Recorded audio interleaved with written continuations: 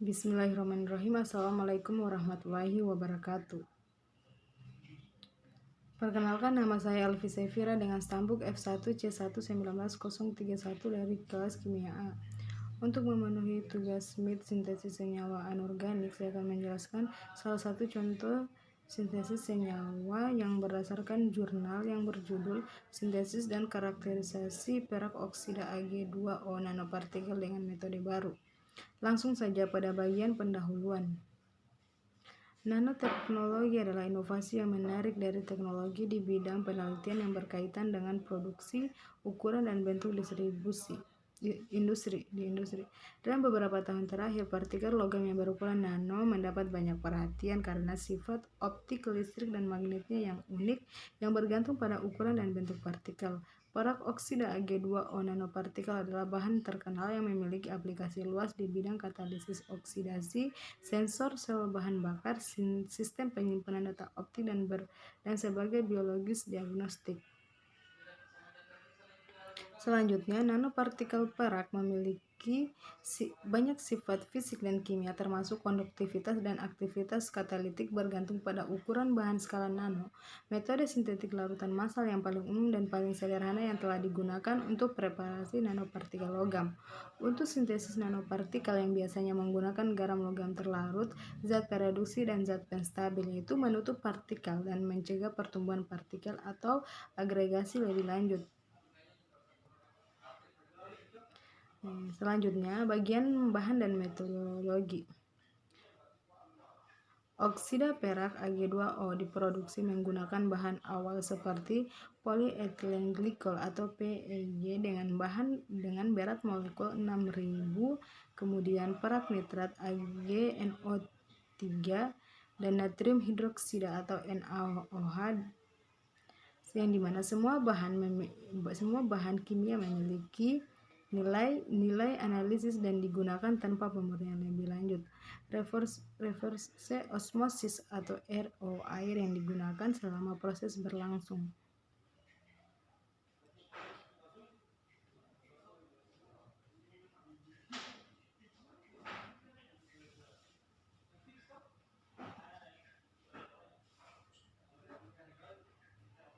Selanjutnya, mengenai sintesis partikel perak oksida. Dalam studi saat ini, rute kimia basa digunakan untuk sintesis partikel oksida perak.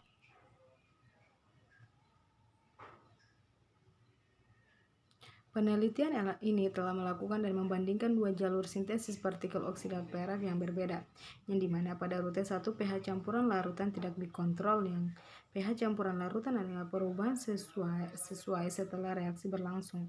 Kemudian pada rute 2 pH campuran larutan ditetapkan pada kisaran pH 9,8 sampai pada pH 10. Penambahan larutan NaOH digunakan untuk mempertahankan pH larutan sampai reaksi selesai.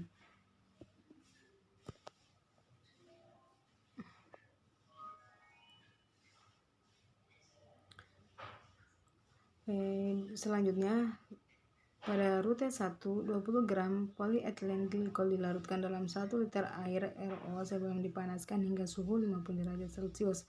Larutan dibiarkan diaduk selama 1 jam lagi untuk memastikan semua polyethylene glycol benar-benar larut untuk membentuk larutan yang homogen. Larutan polyethylene glycol berair yang diperoleh kemudian disaring untuk menghilangkan pengotor jika ada. Larutan perak nitrat yang dibuat dengan menggunakan 0,5 gram perak nitrat ditambahkan ke dalam larutan polyethylene glycol yang dibuat dengan kecepatan pengadukan konstan dan pada suhu konstan 50 derajat Celcius. pH larutan tidak terkontrol. Solusinya terus diaduk selama 1 jam untuk menyelesaikan reaksi kimia. Setelah partikel terbentuk, larutan disaring melalui kertas saring untuk memisahkan partikel dari larutan induk. Partikel yang diperoleh dibilas dengan air RO yang beberapa kali sebelum dibilas, kemudian menggunakan etanol. Partikel dikeringkan dalam oven pada suhu 60 derajat Celcius selama semalam. Selanjutnya, pada rute 1, semua langkah yang digunakan di rute 1 serupa dengan yang digunakan di rute 2, serupa dengan rute 1, kecuali di mana penambahan larutan perak nitrat diikuti dengan penyesuaian pH. Campuran larutan pH diatur pada diatur pada pH 9,8 sampai 10 selama proses reaksi. Selama pengukuran pH larutan NaOH 0,1 molar ditambahkan secara perlahan ke dalam campuran larutan ketika pH larutan berkurang. Dan pada penelitian digunakan 3 analisis. Yang pertama itu analisis difraksi sinar X, kemudian analisis distribusi ukuran, lalu menggunakan spektroskopi Fourier transform infrared atau FTIR. Hasil dan pembahasan.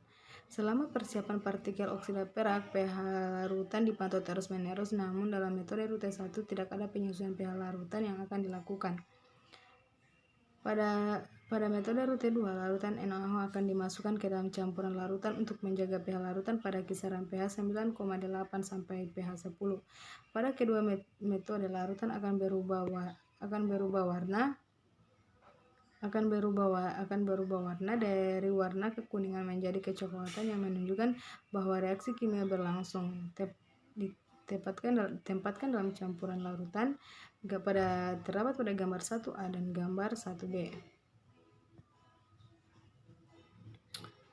Setelah selesainya reaksi kimia berlangsung lambat, endapan hitam kecoklatan dari partikel oksida perak teramati terbentuk dalam campuran larutan gambar 1C.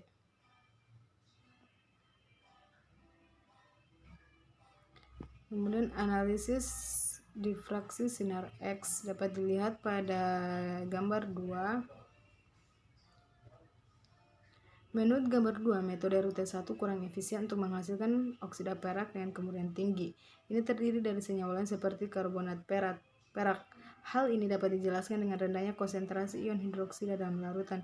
Konversi ion perak menjadi oksida perak kurang efektif dibandingkan dengan metode rute 1, namun pada metode rute 2 berhasil menghasilkan partikel perak oksida dengan kemurnian tinggi dan kristalinitas yang tinggi. Selanjutnya, mempertahankan pH larutan pada alkalinitas tinggi seperti pada pH 9,8 hingga pH 10. Konsentrasi tinggi ion hidroksida dapat berkontribusi pada lebih banyak pembentukan partikel oksida perak menggunakan rumus Chererer D sama dengan N lambda per beta cos theta, di mana D adalah ukuran kristal, N adalah konstanta yang ditetapkan sebesar 0,9 dengan asumsi partikel berbentuk bola. Lambda adalah panjang gelombang radiasi sinar X dan beta adalah lebar garis yang diperoleh setelah koreksi untuk pelebaran instrumental, dan theta adalah sudut difraksi. Telah menghitung ukuran partikel Ag2O partikel. Ukuran partikel rata-rata yang diperoleh dari data XRD ditemukan sekitar 37,9 nanometer.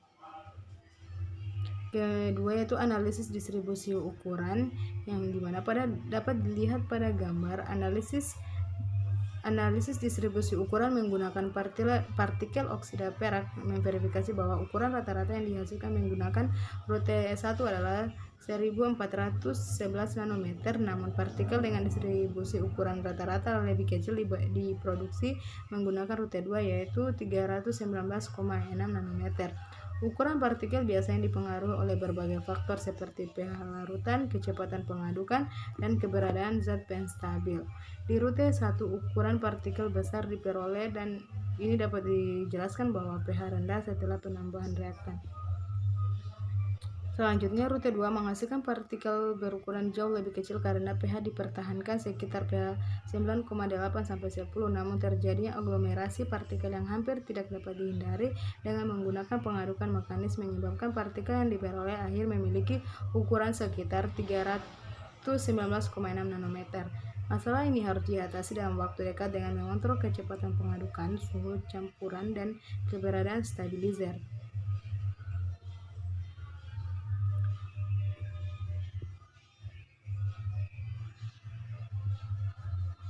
Yang ketiga yaitu analisis studi spektroskopi inframerah transformasi Fourier atau FTIR, seperti yang ditunjukkan pada gambar, yang dimana puncak intens muncul di kisaran 513 yang sesuai dengan vibrasi ulur kelompok AGO.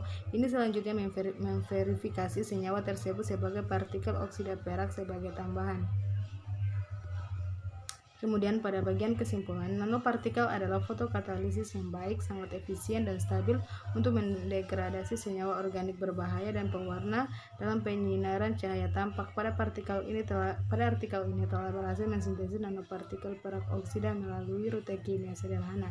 Analisis difraksi sinar X mengungkapkan bahwa ukuran kristal Ag2 partikel O ditemukan berukuran 37,9 nanometer. Dari studi FTIR vibrasi renggangan gugus, AgO ditemukan pada kisaran 513 cm pangkat minus 1 yang menegaskan pembentukan Ag2O partikel. Baiklah, itu saja penjelasan dari saya mengenai salah satu contoh sintesis senyawa pada Ag2O atau perak oksida. Lebih dan kurangnya mohon dimaafkan. Saya tutup dengan ucapan Assalamualaikum warahmatullahi wabarakatuh.